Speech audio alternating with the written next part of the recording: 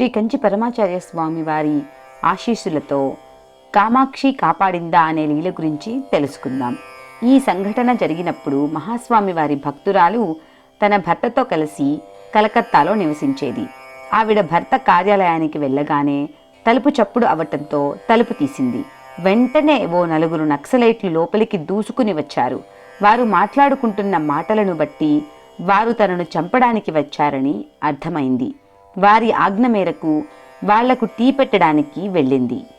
తరువాత వారిని బ్రతిమాలి చెన్నైలో చదువుకుంటున్న తన పిల్లలకు ఫోన్ చేసి మాట్లాడింది. మరునాడు తన గురించి ఏదైనా చెడు వార్త వినాల్సి వస్తే వివేకముగా ప్రవర్తించమని, బాధపడకూడదని తెలిపింది. తరువాత హాలులోకి వచ్చి పక్కపక్కనే ఉన్న పరమాచార్య స్వామి వారి చిత్రపటం, కాళీమాత చిత్రపటం ముందు మోకరెళ్ళింది.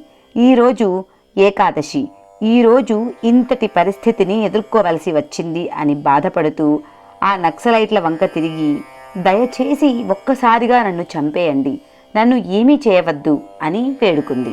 అప్పుడే అద్భుతం జరిగింది. నక్సలైట్లు ఆమె ముందున్న పరమాచార్య స్వామి వారి పటం వైపు లీలగా చూశారు. కానీ వారికి అందులో పరమాచార్య స్వామి వారికి బదులు ఉగ్రరూపంతో కాళికాదేవి కనపడసాగింది. వారు దుర్గాదేవి భక్తులు. ఇంతకు ముందు ఆ గోడకి ఒక్కటే కాళీదేవి పటం ఉన్నది. కానీ ఇప్పుడు వారికి రెండు కనిపిస్తున్నాయి.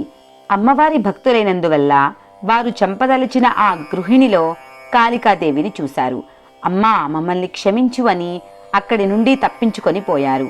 ఆవిడ భర్త ఇంటికి రాగానే కళ్ళ వెంబడి నీరు కారుస్తూ జరిగిన విషయమంతా చెప్పింది. వెంటనే వారు కంచికి బయలుదేరారు. ఎప్పటిలాగానే కంచిమఠంలో భక్తుల తాకిడి ఎక్కువగా ఉంది. వారు వరుసలో నిలబడి వారి వంతు రాగానే కన్నీళ్లతో సాష్టాంగం చేసి స్వామిని దర్శించుకున్నారు.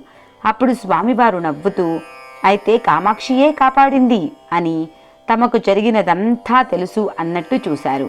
నిజమైన గురుభక్తి ఎప్పుడూ గెలుస్తుంది. అపార కరుణా సింధుం జ్ఞానదం శాంతరూపిణం శ్రీ చంద్రశేఖర గురుం ప్రణమామి ముదాన్వహం.